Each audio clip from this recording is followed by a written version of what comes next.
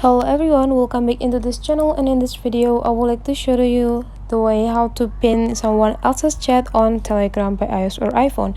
So the device that I use today is iPhone XR, and the way that you need to do is open the Telegram application.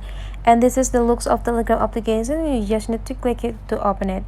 And now you just need to decide which chat that you want to pin into this Telegram. So pinning this chat will make you easier to catch up those contacts without have to scrolling down finding the message, since the pin message will be stay in the first row on your Telegram. So now after you choosing the contacts that you want to pin, you just need to slide this chat into the right side until there will be appear these two options.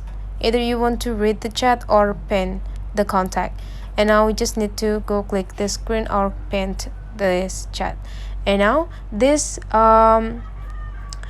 chat will be pinning in the top of the Telegram, so you can see it will be signed by the pin button slide into unpin.